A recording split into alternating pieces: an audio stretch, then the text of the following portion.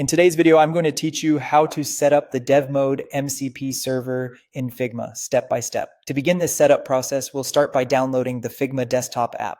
Head over to figma.com/downloads and grab the version that's compatible with your operating system. It's important to note that the MCP server relies on a local connection, which means that having the desktop app installed is a must.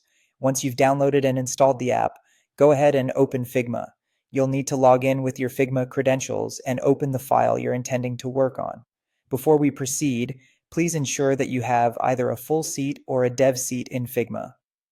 These are necessary to access the MCP server. Once you're inside your file, switch over to dev mode.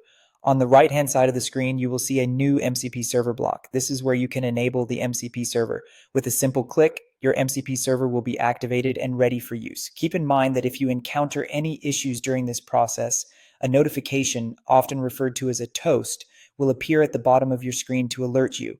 Once activated, the MCP server will remain active for any subsequent files you open. Should you wish to deactivate the server at any point, simply revisit a file and disable it in the same manner that you enabled it. Next up, let's connect the MCP server to your code editors. In this segment, I'll demonstrate how to connect it with Cursor, VS Code, and Windsurf. Bear in mind that other editors supporting agentic workflows might also be compatible with the MCP server, but always refer to their documentation for specific setup instructions. First, let's connect the MCP server with Cursor. Start by visiting docs.cursor.com tools. Here you'll find a handy one-click install option, which we've developed in collaboration with the Cursor team.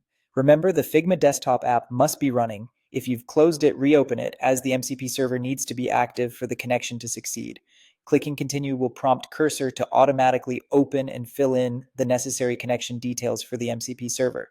Simply click install and wait for the tools to load. If there's a delay, try restarting either the server or Figma. When the tools are visible, you'll be all set to go. At present, there are 5 tools available, though this may evolve as new features are introduced. Finally, open the AI panel in Cursor and switch to agent mode. You are now connected to the MCP server. Now, moving on to connecting with VS Code. Open your settings and use the search bar to look up MCP.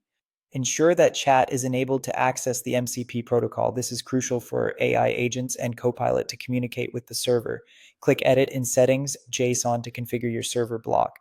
For those using other compatible tools, generally you need to point it to the same server URL, though always cross-check the documentation for exact details.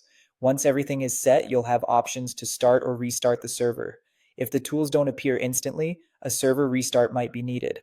Verify your setup by opening the AI tab and checking the available tools. You should find the same 5 that appeared in Cursor. Lastly, let's connect with Windsurf. Open your Windsurf settings, scroll down to the Cascade section, and click Open Plugin Store. On the right side, search for Figma, then click Install. After installation, go back to the Cascade view. You should now see the MCP server listed with the same tools previously mentioned. If they're not visible straight away, try resetting the server in Cascade or simply restart Figma. And that wraps it up. You've now successfully connected the Figma Dev Mode MCP server with Cursor, VS Code, and Windsurf. If you found this video helpful, don't forget to like, comment, and subscribe for more Figma and Dev Mode tutorials.